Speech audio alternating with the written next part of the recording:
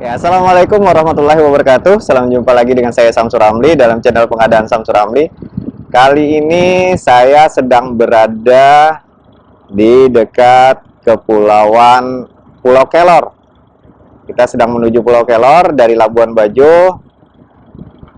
Untuk memanfaatkan kesempatan kali ini, momen langka buat saya karena baru pertama kali kita melaksanakan atau menjalani traveling menggunakan pinisi menyusuri perairan ke Labuan Bajo.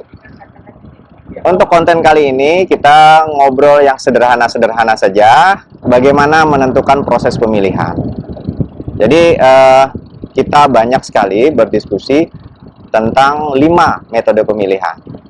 Sebelum kita berbicara itu, tadi di dalam satu session coaching klinik kita sempat berdiskusi dengan beberapa teman gitu ya, teman-teman dari daerah.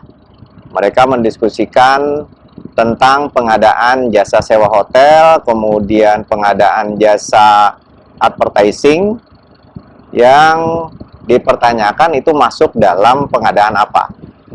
Jadi saya mencoba melebarkan perspektif kawan-kawan terkait tentang pengadaan. Pengadaan itu ada 2 sekarang di Perpres 16 tahun 2018 sebagaimana diubah dengan Perpres 12 tahun 2021, yaitu pengadaan itu ada pengadaan yang standar, ada yang pengadaan yang bersifat dikecualikan. Pengadaan yang dikecualikan sendiri itu ada juga yang disebut dengan pengadaan khusus, kemudian pengadaan di BLU, dan seterusnya. Nah, terkait dengan 2 tipe ini, dalam proses input di dalam rencana umum pengadaannya, itu harus dilakukan pada saat perencanaan pengadaan dan ditetapkan pada saat perencanaan pengadaan. Jadi menetapkan salah satu hal yang harus ditetapkan oleh pengguna anggaran, dibantu oleh pejabat pembuat komitmen adalah penetapan bahwa ini pengadaan yang standar atau yang umum atau pengadaan yang dikecualikan. Karena kalau pengadaan yang standar itu akan mengenal namanya swakelola, akan mengenal namanya memilih penyedia dengan tipologi-tipologi yang sudah kita kenal secara umum. Tetapi untuk pengadaan yang dikecualikan sesuai dengan namanya, ini adalah pengadaan yang tentu ada pengecualian-pengecualian.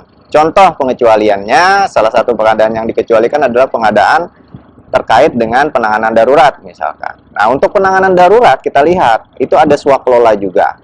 Hanya saja swakelolanya tipologinya tidak menggunakan tipologi tipe 1, tipe 2, tipe 3. Tapi tipologi tersendiri yang nanti bisa dilihat di Perlem 13 tahun 2018. Kemudian pengadaan khusus lainnya ada pengadaan dengan praktik bisnis misalkan. Seperti jasa sewa hotel tadi saya sebutkan, kemudian jasa sewa bandwidth, kemudian jasa sewa di mana pasarnya sudah tercipta dan terbangun dengan standar dan sudah bersifat umum, sehingga tarifnya pun sudah terpublikasi secara luas.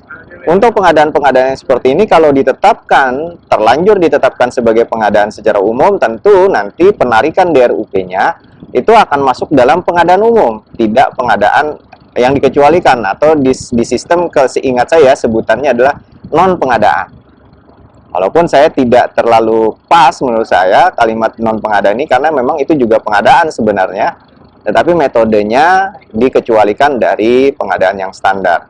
Nah, ini yang harus kita perhatikan sama-sama. Jadi secara tipenya pengadaan itu ada 2, pengadaan yang bersifat standar, pengadaan yang dikecualikan. Untuk pengadaan yang dikecualikan itu ditetapkan pada saat kita menetapkan rencana pengadaan, kemudian penarikan di dalam RUP-nya pada saat kita menarik RUP dari SIPD atau penarik RUP dari penetapan keuangannya. Mungkin demikian yang bisa saya sampaikan dari tepian Pulau Kelor, Labuan Bajo. Saya Samsur Ramli, salam pengadaan. Wassalamualaikum warahmatullahi wabarakatuh.